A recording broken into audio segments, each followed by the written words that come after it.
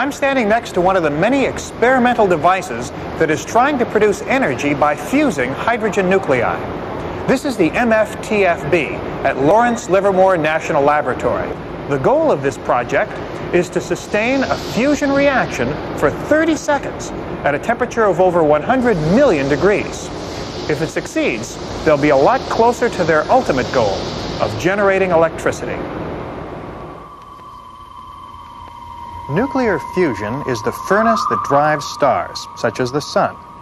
Their tremendous force of gravity compresses hydrogen gas and heats it millions of degrees. In the process, vast amounts of energy are released, heat and sunlight. But recreating the conditions of the sun in a machine has presented enormous technical problems. The hardest problems have been first getting very high temperatures and then maintaining that temperature for a long time. The biggest problems have been associated with the long time, how long we could confine heat at these high temperatures. In the beginning, it was fractions of a thousandth of a second. Today, it's a fraction of a second, and that's long enough to get as much energy out as you put in. The main difficulty with maintaining the high temperature for a long time concerns the behavior of these very hot gases. This is an unusual thing. It doesn't exist anywhere on Earth, only in the center of stars, and we didn't understand it. However, there's one feature of a very hot gas that offers the key to a solution. Because of the heat, the gas changes its nature and becomes what's called a plasma. And a plasma, unlike an ordinary gas, is strongly affected by magnets. Imagine, if you will, a tube, an invisible tube, composed of magnetic fields. At each end of the tube, there's a plug, also made of invisible magnetic fields. Together, the fields form a sealed bottle, capable in theory of holding the plasma. In practice, the tubular magnetic field is provided by a coil, as we see in this model. At the ends of the coil, giant magnets provide forces that act as mirrors, keeping the plasma trapped inside. And how big are the magnets? Well, they're so big, it's going to take 2 days to move them less than 1,000 feet to the containment vessel. The magnets will be placed here and at the opposite end. Because of its mirror-like qualities, this particular design is called the Mirror Fusion Test Facility, Model B, or MFTFB. If construction stays on schedule, it should be ready by 1985. Cost?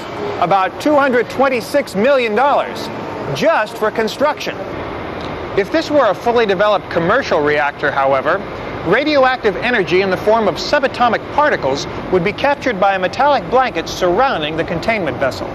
From here, as heat, the energy would be carried away by circulating either liquid metal, molten salt, or helium.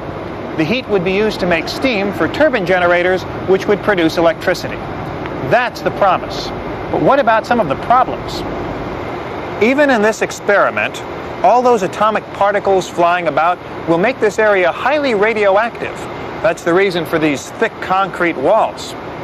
At best, commercial reactors won't be a reality until perhaps the year 2010. First, they have to prove that the process works. But already, some people are questioning whether it's worth the effort. Well, our quarrel with spending money on nuclear fusion is not that it's dangerous or that it's unsafe or unclean. It's instead, because actually we're not going to find that out until we actually have a machine in operation. Our disagreement with fusion is instead that there are many things that the government can spend its money on that are more profitable investments that will reduce our imports of oil quicker and more cheaply than nuclear fusion ever could. Well, fusion is an important potential energy source for the future. That's why we're developing it. This is a real need for the country. We have already symptoms of energy problems, but this is only the beginning.